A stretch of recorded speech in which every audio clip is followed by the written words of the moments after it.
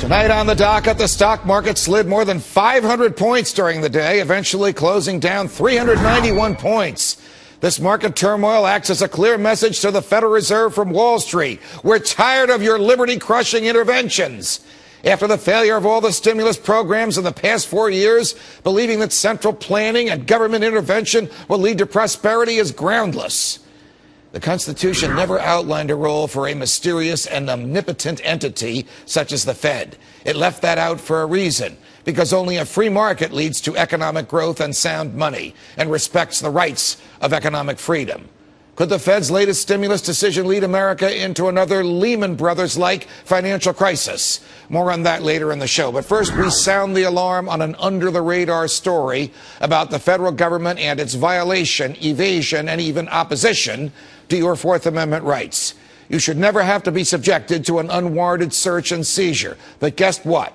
That's just what the feds have been doing for decades, we now know. The FBI has been using a cell phone tracking device known as a Stingray to zero in on anyone they want. And this technology has apparently been available since the 1990s. This, as the Justice Department Civil Rights Bureau has 17 ongoing investigations on various American police forces. That's the most in the Justice Department's history.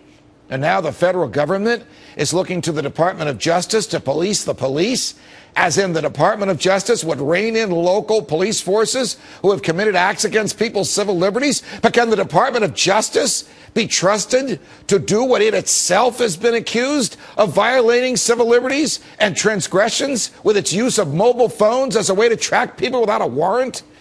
Here to discuss is Republican strategist Jack Burkman. Jack, even when we discuss unpleasant things, it's always nice to have you here. Well said. So well said. Well, are you surprised? Should any of us be surprised anymore when you wake up this morning and you see the Wall Street Journal and it turns out that the FBI is able to track people, innocent people, just with cell phones wherever they go, as long as the cell phone is on? No intervention by a judge, no scrutiny by a judge, no search warrant, utter disregard for the Fourth Amendment. I don't even know where to start. I get so angry. I mean, is Stalin president of the United States? Is Nikita Khrushchev? Did somebody elect Adolf Hitler? I mean, when you come down 6th Avenue today to this building, in front of every major hotel building, you've got half a dozen cops.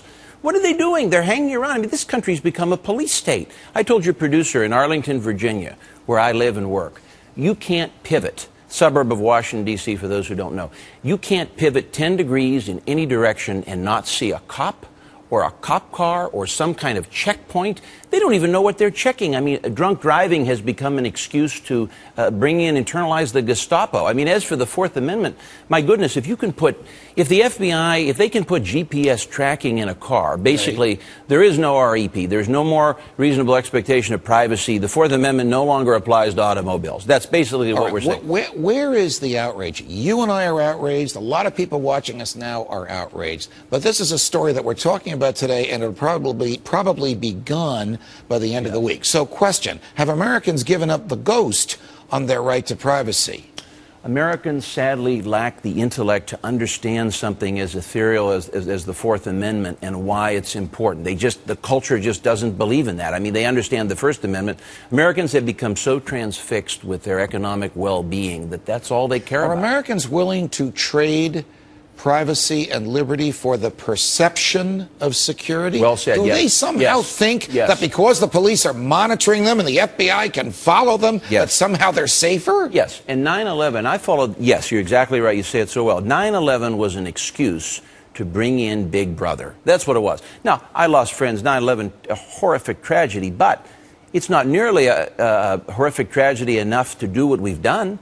I mean, it's become an excuse to destroy our constitutional system. All right, I want to switch gears with you and see if there's anything the Justice Department does that you like. Right now, there are 17 major city police departments in the United States of America that are being investigated by the Justice Department. We're showing them there on the screen. It's all across the country, starting in New Jersey and ending up in the state of Washington.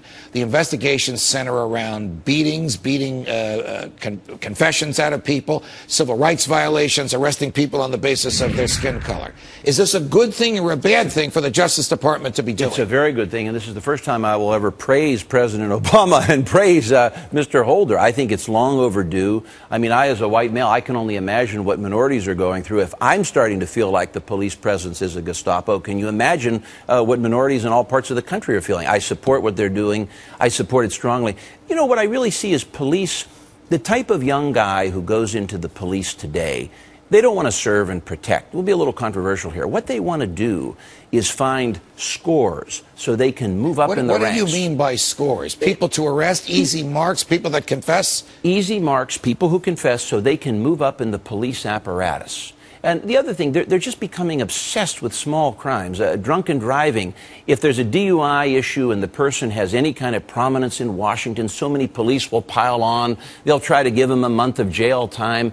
You know, even drug crimes, the mandatory jail time is out of control in this country. Why is it that the police don't knock on a door anymore but show up with a battering ram about 5 or 6 times a day in this country? Sometimes it's the wrong house. Sometimes an innocent person gets killed. Sometimes a person who isn't innocent gets killed, but the police don't have the right to kill you because you're sitting in your house and you resisted someone breaking in the door. It's the Gestapo mentality. I mean, I hate to use that analogy, but it's trending. We're just trending that way. I mean, the problem is, and you know this, you know, you're a national scholar of the Fourth Amendment. The Fourth Amendment is virtually dead. It's dead in terms of an automobile. It's probably half dead in terms of your house. Has the war on drugs killed the Fourth Amendment? Has the public opposition to drugs become so strong that the public and even judges don't care about the Fourth Amendment rights of the targets of these drug raids? The country became extreme. As America always does, the pendulum swings too far in one direction. We had a huge drug problem, and Bush 41 said, we've got to fight a war on drugs. Reagan did the same thing. That was a good thing to do. The problem is they took it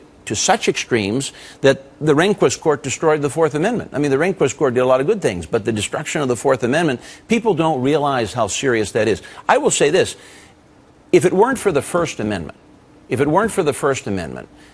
would really feel the effects of the Fourth Amendment. The reason we don't, the reason that these Gestapo-like police forces don't go all the way to the extreme is because they know it will be reported by people like you or be reported on the internet. It's only the First Amendment that really holds them in check. If that weren't there, this would go all the way out. Jack Burkman, it's a pleasure. Thanks for joining Thank us. You, as if the steep drop of the stock